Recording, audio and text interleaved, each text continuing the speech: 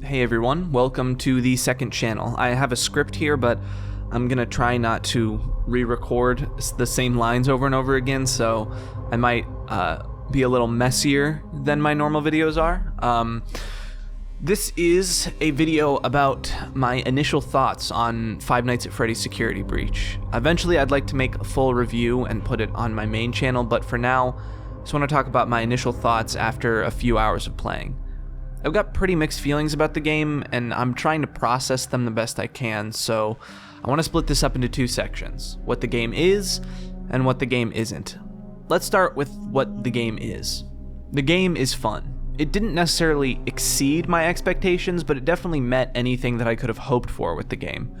Open world isn't the right term, but when I initially talked about the first trailer, I had said that I wanted a lot of freedom to explore the whole Pizzaplex, and it seems like they've granted that. Obviously, some areas you need to progress further into the plot to get access to, but in general, it lets you pretty freely go from area to area. It also includes some of the other things that I had talked about, for instance, having fun collectible items that hold some sort of purpose but also fit in the game's theme. It has great visuals, sometimes not optimized, and that can cause the game to run slow, but it looks good nonetheless. I really love the whole aesthetic of the 80s malls and go-karts and laser tag and that sort of thing. I love that it kind of feels like exploring a huge megaplex of liminal space images. The carpets, the posters, the neon lights, the environment looks great. Compared to the other FNaF games, it has a pretty expansive gameplay time comparatively.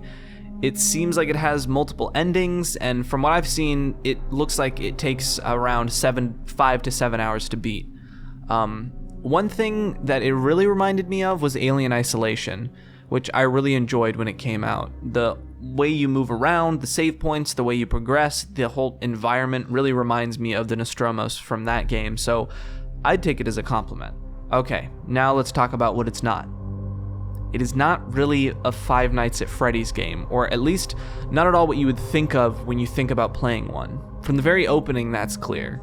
So far, there's no sense of arcadey, resource management style gameplay where you balance a bunch of mechanics as they get harder and harder each night. The characters don't look like eerie animatronics, blank visages that just stare into the void, simultaneously unlifelike and at the same time too filled with life. Let's actually talk about the characters for a second. The main cast of Glamrock, Freddy, Chica, Montgomery, and Roxanne are just furries. I'm not gonna make this video like a dig at the furry community, but it's just not scary. They're bright, colorful, and not in like a creepy way like the toy animatronics were. They talk and act like people. Glamrock Freddy is practically the Iron Giant or like a Titanfall character. AI transferring controls to pilot. Some designs I've seen are pretty decent, like the endoskeletons, but it otherwise feels more like interacting with furryified versions of the characters from Wall-E. And Vanny, since the beginning, I haven't really liked Vanny's design. There was some cool fan art I saw when all we had to really go on was the mask that looked way better than the weird costume we ended up getting. It's not scary and just way too Looney Tunes-esque for me. One direction I had really hoped they'd go was something similar to the designs of Legion and Dead by Daylight. Vanny in like a dark hoodie and a knife in hand with a creepy, cracked and blood-splattered bunny mask. Instead, we got this, which is just not creepy. And that's another thing it just isn't in the end. The game isn't scary. Sure, there are parts that are a little tense, but I haven't felt scared so far in my 2.5 hours of gameplay. And I'm open to being scared further in the game, but for a horror game, I'd hoped that would happen a little bit sooner. The game just doesn't do a good job at building the fear the first game built by the atmosphere and mystery, the panic of the second one built by a barrage of eerie sounds and characters, the dread of the third game with droning ambience and a sickly environment, or the terror of the fourth game with its terrifying ambience and frantic gameplay. Nothing in the game so far has come close, except maybe the daycare section, but that part was so buggy that it ended up just breaking what little suspense there was. On that note, the game is also definitely not polished.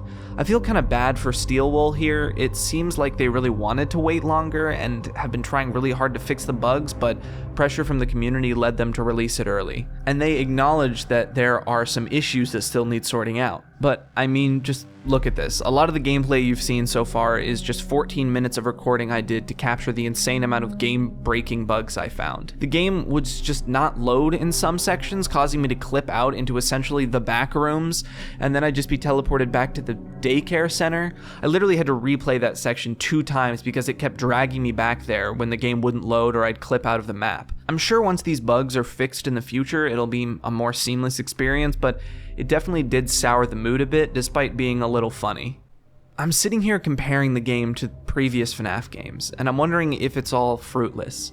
Is there a point comparing it to previous installments? It could be that I'm just finally coming to terms with where the series has been going since Sister Location. The gameplay that was once core to the franchise being placed aside in favor of more ambitious ideas.